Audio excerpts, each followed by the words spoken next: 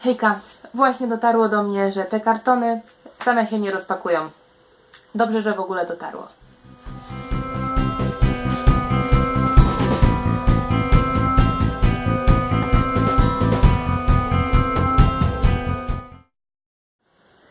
Kartony już wstępnie ogarnięte, jeszcze tylko robię jakieś tam poprawki organizacyjne i zabrałam się za pakowaniem. Niestety, jak widać, nie najlepiej mi poszło. Chyba zrezygnuję z tej mniejszej, ale ładniejszej walizki na rzecz większej, chociaż trochę brzydszej. Jak widać, wygląda to teraz całkiem przyzwoicie i jest nadzieja, że jednak się zapakuje. Mam też drugą walizkę, troszeczkę mniejszą, o wymiarze bagażu kabinowego, bagażu podręcznego, więc zabieram ją ze sobą do środka, do samolotu. I mam zamiar spakować się do niej w taki sposób, żebym w razie jakichś ewentualnych opóźnień mojego głównego bagażu mogła parę dni spokojnie przeżyć z tą mniejszą walizką. Każdy to powtarzał, a teraz widzę to i ja, że nie można zapakować się na cały rok.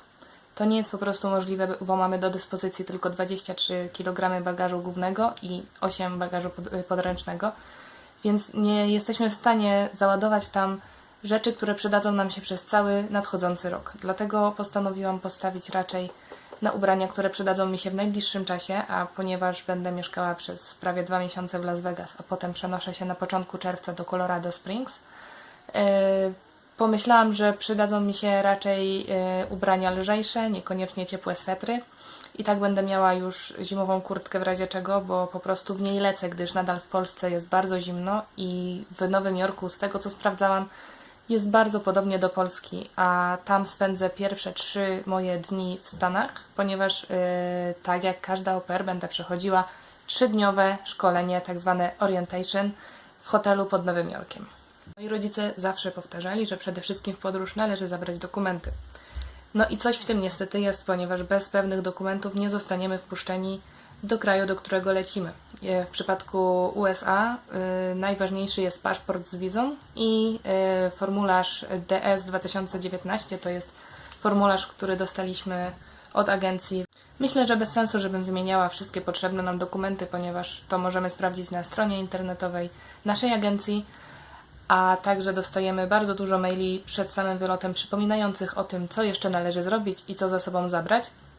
Więc nie będę tutaj się jeszcze z tym powtarzać. Powiem tylko, że myślę, że warto zrobić sobie kilka kopii dokumentów. Jedną do bagażu głównego, jedną do podręcznego, a jeszcze jedną kopię zostawić na wszelki wypadek w domu. To jest mój bagaż podręczny. Jeszcze oczywiście nie wszystko w nim jest, ale są już najważniejsze rzeczy, czyli dokumenty. Jest to, o czym mówiłam, czyli paszport z wizą, formularz DS 2019 i te wszystkie dokumenty i ich kopie w teczce. Tak, jest to teczka z Hannah Montaną, znalazłam podczas porządków. O czym należy pamiętać w bagażu podręcznym, to jest to, że nie wszystko tam możemy wziąć. Na przykład jest ograniczenie płynów do 100 ml, każdy płyn. Wszystkie muszą być spakowane w woreczku strunowym. Ja kupiłam takie pojemniki sobie dzisiaj, żeby po prostu poprzelewać szampon, żel pod prysznic i inne takie rzeczy. Można też kupić na przykład chociażby w Rossmanie mniejsze wersje wszystkich kosmetyków. Należy też pamiętać, że na przykład żadnych ostrych przedmiotów w bagażu podręcznym być nie może, czyli wszystkie nożyczki do paznokci, pilniczki, no niestety to musi trafić do bagażu głównego, ale sprawdziłam, dowiedziałam się, golarki jak najbardziej przechodzą przez kontrolę. Jeżeli chodzi o ten limit płynów, mam bardzo dobry patent na wodę, żeby mieć zawsze przy sobie jakąś wodę do picia i nie kupować na strefie bezcłowej tej wody za miliony złotych. Jest to po prostu taka butelka z filtrem. Tą butelkę akurat kupiłam podczas poprzedniego pobytu w Stanach, ale są one jak najbardziej dostępne w Polsce. Kolejna rzecz, którą przyniosłam sobie dzisiaj z zakupów, moich przedwylotowych zakupów, to zapas soczewek kontaktowych. Niestety, dziewczyny, jeżeli nosicie soczewki, w Stanach będzie z tym naprawdę duży problem, ponieważ są one tam tylko dostępne na receptę, no i nie należą do najtańszych. Dlatego, jeżeli tylko macie możliwość, zakupcie sobie przed wylotem tyle, żeby starczyło Wam na cały pobyt, ponieważ potem jest problem. Słyszałam wielokrotnie, że rodzice dziewczynom musieli dosyłać te soczewki. W tej małej kosmetyczce mam apteczkę. Nie namawiam do wykupienia połowy apteki i zabrania wszystkiego ze sobą, ponieważ no wiadomo, że jakiś dostęp do leków tam na pewno będziemy miały. Ale co myślę, że jest ważne, warto wziąć ze sobą leki przeciwbólowe. Jeżeli czasami boli Was, nie wiem, cokolwiek, głowa, brzuch, ręka czy noga i macie tabletki, które Wam pomagają i które zawsze bierzecie, to naprawdę polecałabym je wziąć. Ja tam wzięłam jeszcze leki osłonowe na żołądek, bo ostatnio miałam problem z żołądkiem w Stanach i nie bardzo wiedziałam, co mam tam z tym zrobić. Teraz będę zabezpieczona na taką okoliczność. Też co kupiłam dla mojej hostrodziny. Dla dzieciaków mam Polskie legendy po angielsku. Bardzo mi się podoba ta książka, jest naprawdę bardzo ładnie wydana. Hostrodziców mam kuchnię polską również po angielsku, ponieważ z tego co zauważyłam, bardzo interesują się generalnie kuchnią, gotowaniem. Parę razy pytali już o pierogi, o różne polskie potrawy, dlatego po prostu postanowiłam im kupić taką również bardzo ładnie wydaną, dużą książkę o kuchni polskiej. Tak, zaraz startujemy. Prosimy również o zamknięcie stolików.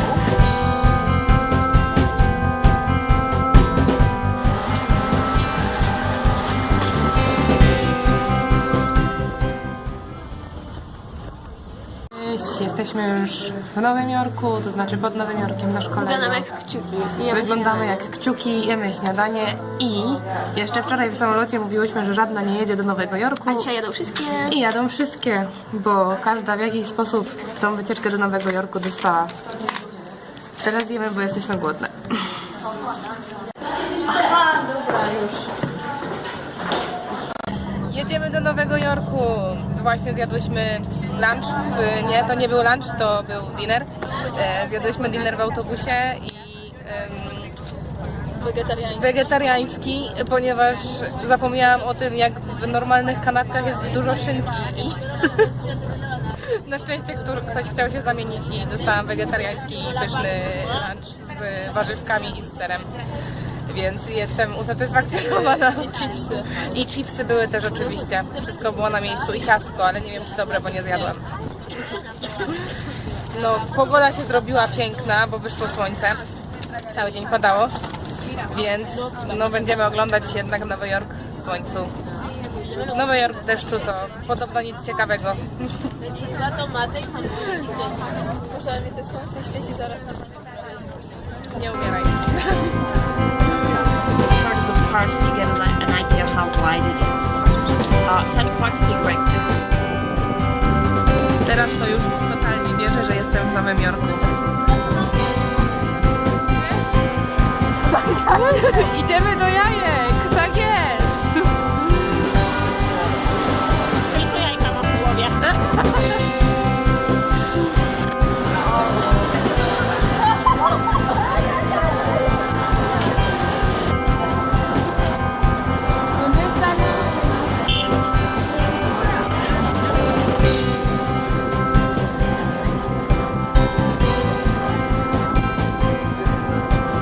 Jest tu dość jasno.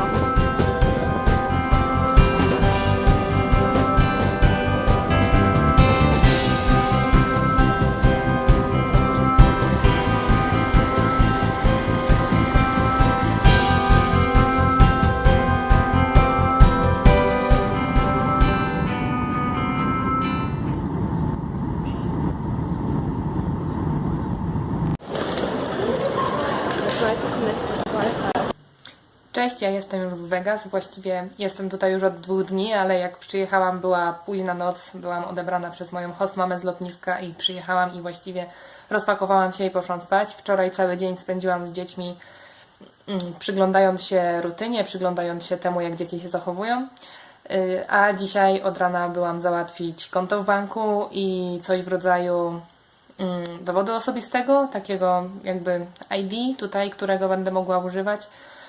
Byliśmy też dowiedzieć się, czy mogę, co muszę zrobić, żeby dostać tutaj prawo jazdy. Okazało się, że muszę zdać test, więc na razie to sobie odpuścimy i zdam ten test dopiero jak pojedziemy do Colorado, ponieważ za około 1,5 miesiąca przeprowadza się moja rodzina do Colorado.